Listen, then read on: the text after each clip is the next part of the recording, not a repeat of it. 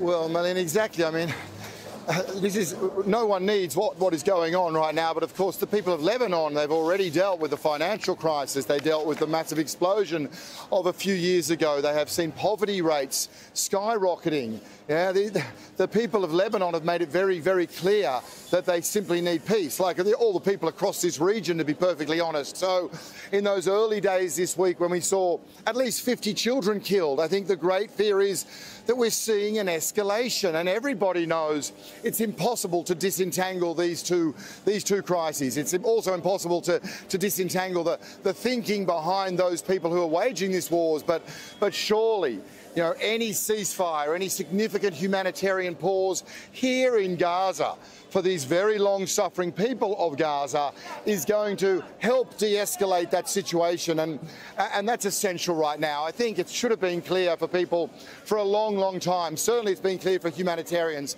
Certainly it's clear to Palestinians that there is no military solution to this. There never has been.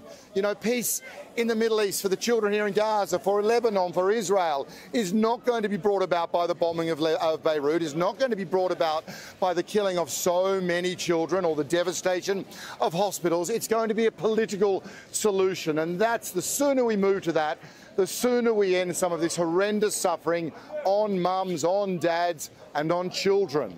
James, It's a very fair question. Of course, every time I come back, this is the fourth time I've been back, it gets worse. It has to get worse. It's a cumulative effect because there is simply no let-up in the bombardments. I mean, Al Jazeera is unique and it continues to show the story of Gazans, but it is fading from a lot of other media outlets. The bombs have not faded. Okay, so every time that I return, there has been continual denials and restrictions on aid. Most simple things, soap.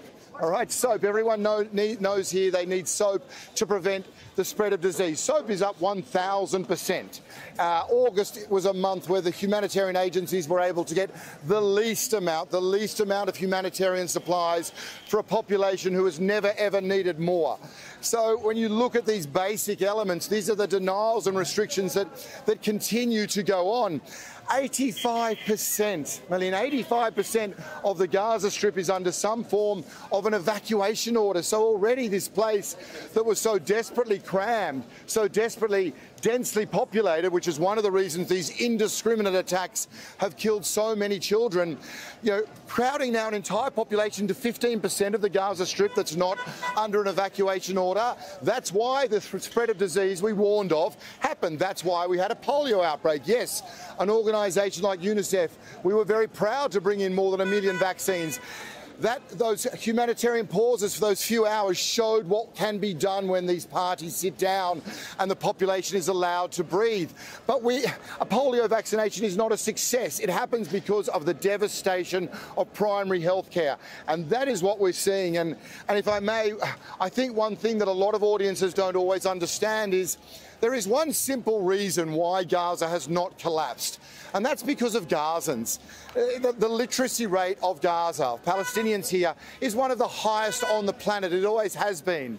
No matter how many crises here, parents and grandparents put an immense focus on education, on keeping their children educated. It's why graduates from Gaza are some of the most sought after. It's why when UNICEF works with nutritionists, with doctors, with health workers, with engineers to rebuild Gaza, we're working with Palestinians, we're working with Gazans. We are terrified right now, given this relentless bombardment, and because it has not eased up right now. If we lose a generation of these children, if you get to a point where mums and dads and grandparents, no matter how great their efforts, no matter how great an importance they put on education, the power is taken from them, then you threaten the entire region. And this is one of the many reasons why humanitarian pauses, ceasefires, call it what you will, something to end this suffering and allow Palestinians to rebuild, which we know they will, if given a chance.